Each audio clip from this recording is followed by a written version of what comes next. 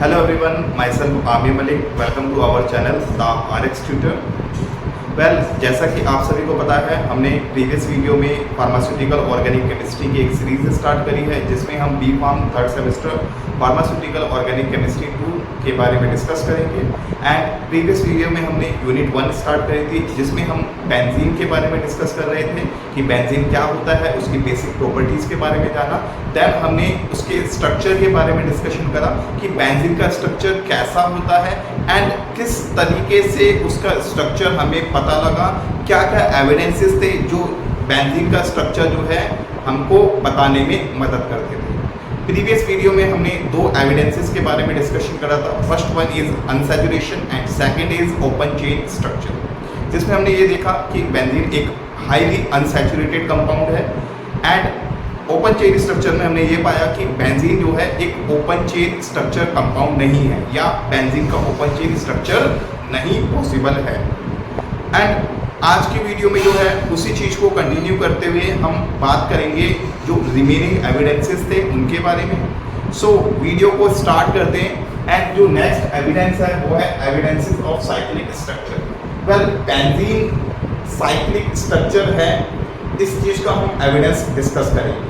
अभी तक हमने इतना जाना था कि बेंजीन जो है उसमें अनसैचुरेशन है, मतलब डबल बॉन्ड या ट्रिपल बॉन्ड है। देन हमने ये जाना कि बेंजीन जो है वो ओपन चेन स्ट्रक्चर में तो नहीं है। सो अब बात करेंगे कि बेंजीन जो है अगर साइक्लिक स्ट्रक्चर है तो उसके क्या क्या सबूत थे। सो डिस्कस करते हैं। इसमें हम एविडेंसेस में दो एविडेंस देखेंगे। सबसे पहला substitution reaction of benzene, then उसके बाद में हम नेक्स्ट पार्ट देखेंगे। तो सबसे पहले हम बात करें सब्स्टिट्यूशन रिएक्शन ऑफ बेंजीन के बारे में। So benzene react with bromine in the presence of FeBr3 to form monobromo benzene. Benzene bromine के साथ में रिएक्ट करता है in the presence of ferric bromide. ये फेरिक ब्रोमाइड के साथ में फेरिक ब्रोमाइड की प्रेजेंस में जो है बेंजीन ब्रोमीन के साथ में रिएक्ट करेगा और हमें जो प्रोडक्ट मिलेगा उसको कहेंगे मोनोब्रोमो बेंजीन। सो मैंने यहाँ पर एक रिएक्शन लिख रखी है। हमने यहाँ पर बेंजीन लिया, उसको ब्रोमीन के साथ में रिएक्ट कराया, किसकी प्रेजेंस में? FeBr3 की प्रेजेंस में। जो हमें कंपाउंड फॉर्म होके मिल रहा है वो ये मिलेगा। ये जो वाला जो स्ट्रक्चर है इसको हम कहेंगे मोनोब्रोमो बेंजीन एंड साथ में हमें HBr मिलेगा। अब अगर हम बात करें इसको मोनोब्रोमो बेंजीन क्यों कहा जाता है, तो ये जो है हमारा बेंजीन है, इसमें मोनो मतलब एक ब्रोमो ग्रुप लगा हुआ है, ब्रोमीन एटम लगा है, इसलिए इसको हम क्या करें? मोनोब्रोमो बेंजीन कहते हैं। Next point, only one monobromo benzene is formed and no isomeric product is formed. जब हम इस रिएक्शन को परफॉर्म करते हैं तो सिर्फ और सिर्फ एक मोनोब्रोमो बेंजीन का स्ट्रक्चर हमें देखने को मिलेगा, इसका और कोई आइसोमर देखने को नहीं मिलेगा। इस चीज को जब हम रिएक्शन में देखेंगे किसी और के साथ में एग्जांपल में, तब आपको ये चीजें क्लियर रहेंगी कि मैं क्या कहना चाह रहा हूँ। यहाँ पर अभी हम एक रिएक्शन भी डिस्कस करेंगे एग्जांपल की, जिससे आपको ये चीज क्लियर हो जाएगी। पहले हम पॉइंट्स डिस्कस कर लेते हैं, देन मैं इसको रख करके आपको रिएक्शन भी दिखाऊंगा। सो यहाँ पर हम क्या डिस्कस कर रहे हैं कि भाई जब हम बेंजीन को ब्रोमीन के साथ रिएक्ट करवाते हैं इन द प्रेजेंस ऑफ FeBr3 तो सिर्फ और सिर्फ एक मोनोब्रोमो बेंजीन हमें मिल रहा है, आइसोमेरिक प्रोडक्ट नहीं मिल रहा है, which indicate that all the 6 carbon are identical, जो कि ये इंडिकेट करता है कि जो 6 के 6 कार्बन हैं बेंजीन के अंदर वो आइडेंटिकल हैं, वो सेम है। मैं इस वाले पॉइंट को रफ कर देता हूं, देन हम इसकी रिएक्शन देखेंगे एग्जांपल की। सो मैं यहाँ पर एक एल्कीन का एग्जांपल ले लेता हूँ एंड यहाँ पर मैंने C 1 2 3 4 5 6 कार्बन ले लिए। यहाँ पे इसकी बैलेंस फुल कर देते हैं। यहाँ पे CH3, यहाँ पे CH वो कर दिया, CH2 CH2 CH2 CH2। सो मैंने यहाँ पे एल्कीन का एग्जांपल ले दिया, हेक्सेन ले लिया। अब मान के चलिए मैं इसको अगर रिएक्ट करवाऊंगा तो यहाँ पर ब्रोमीन कहाँ पर अटैच होएगा? मान के चलते हैं कि ब्रोमीन यहाँ पर अटैच हो। जस्ट हम एग्जांपल डिस्कस कर रहे हैं। यहाँ पे हाइड्रोजन हटा एक Br लगे, अब इस कंपाउंड का नाम क्या होगा? 1 ब्रोमोहेक्सेन। तो हमारे पास जो कंपाउंड बन रहा है वो क्या बन रहा है? 1 ब्रोमोहेक्सेन बन रहा है। नाउ अब हम दूसरी भी कंडीशन देखते हैं कि भाई ये ब्रोमीन यहाँ पर ना अटैच होकर इस वाले कार्बन के साथ में अटैच हुआ होगा, तो इसका अब नाम क्या होगा? इसका नाम होगा 2 ब्रोमोहेक्सेन। 2 ब्रोमोहेक्सेन। मॉलिक्यूलर फॉर्मूला सेम है, जितने कार्बन हैं, जितने हाइड्रोजन हैं, जितने ब्रोमीन हैं, इसमें भी उतने हैं, इसमें भी उतने हैं। बट यहाँ पर हम क्या देख रहे हैं? आइसोमर्स फॉर्म कर रही है।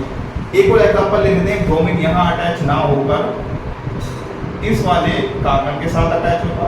अब इसका नाम क्या होगा? 3 ब्रोमोहेक्सेन। सेम वही केमिकल फॉर्मूला सेम है, बट जो स्ट्रक्चर है वो डिफरेंट आ रहा है। सो यहाँ पर हमें कितने प्रोडक्ट फॉर्म होते हुए दिख रहे हैं? 3 प्रोडक्ट फॉर्म होते हुए दिख रहे हैं, 3 आइसोमर्स देखने को मिल रहे हैं। तो मैं इसको रब करता हूँ। अब बेंजीन के केस में बात करते हैं। मैंने यहाँ पर बेंजीन लिया, अगर पहली बार इधर सब्स्टिट्यूशन हुआ, दूसरी बार इधर सब्स्टिट्यूशन हुआ, तीसरी बार इधर सब्स्टिट्यूशन हुआ, या और भी कहीं पे सब्स्टिट्यूशन करेंगे, तब भी इसका नाम क्या बोला जाएगा? मोनोब्रोमोबेंजीन या 1 ब्रोमोबेंजीन कह सकते हैं इसको। इसका भी नाम जो है 1 ब्रोमोबेंजीन, इसका भी नाम 1 ब्रोमोबेंजीन, इसका भी नाम 1 ब्रोमोबेंजीन। तो जैसा हम डिस्कस कर रहे थे, जब हम बेंजीन को ब्रोमीन के साथ रिएक्ट करेंगे तो वहां पर क्या बनेगा? ओनली 1 मोनोब्रोमोबेंजीन फॉर्म होगा, कोई भी आइसोमर्स नहीं बन रहा है, जैसा कि हमने अभी डिस्कस करा एग्जांपल्स के अंदर। हेक्सेन के केस में 3 आइसोमर्स बन रहे हैं, which indicate that all the 6 carbon are identical in value। अब देखो, चाहे हम सब्स्टिट्यूशन इधर करें, चाहे इधर करें, चाहे इधर करें, प्रोडक्ट सेम बन रहा है, आइसोमर्स नहीं बन रहे। जिसका मतलब क्या है कि जो बेंजीन है उसके अंदर सारे के सारे कार्बन आइडेंटिकल हैं, जो कि इसमें नहीं थे। इसका स्ट्रक्चर मैं अगेन ड्रॉ कर लेता हूँ। CH3 CH2 CH2 CH2 CH2 CH3। ठीक है, हेक्सेन का मैंने स्ट्रक्चर ड्रॉ करा है। ये वाले कार्बन की बात करें तो ये वाला कार्बन जो है इसके साथ में 3 हाइड्रोजन अटैच है, और एक जो है ये कार्बन के साथ बॉन्ड बना रहा है।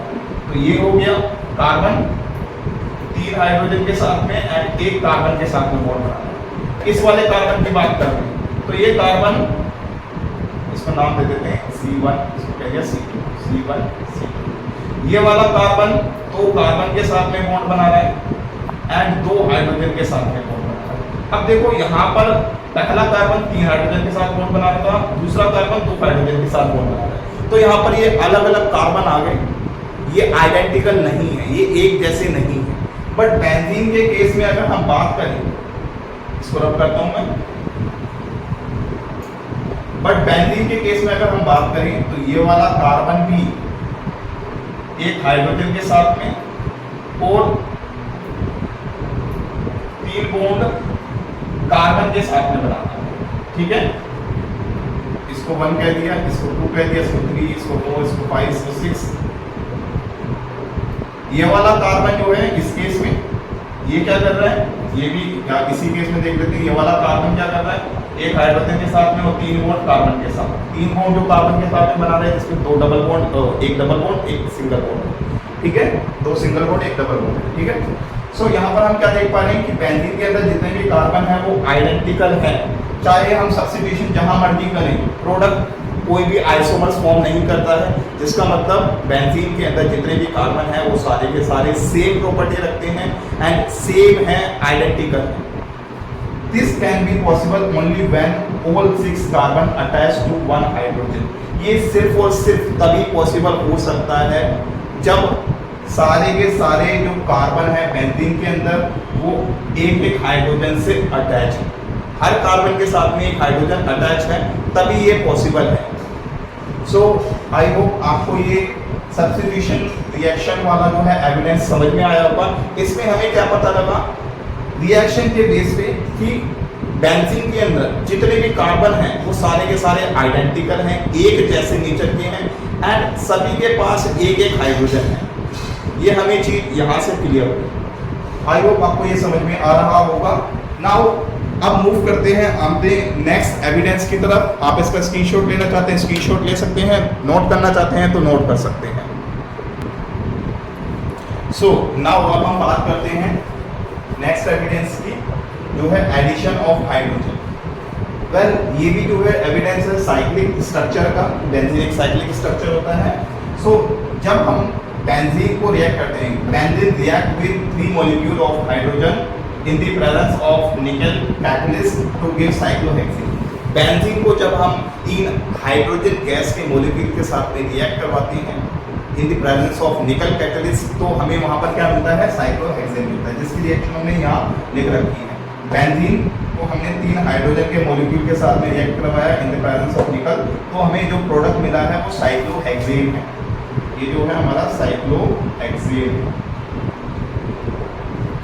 इसको हम एक ये वाली रिएक्शन से डिस्कस करते हैं। मैंने यहाँ पर एक एल्कीन ड्रॉ करा है, इथीन।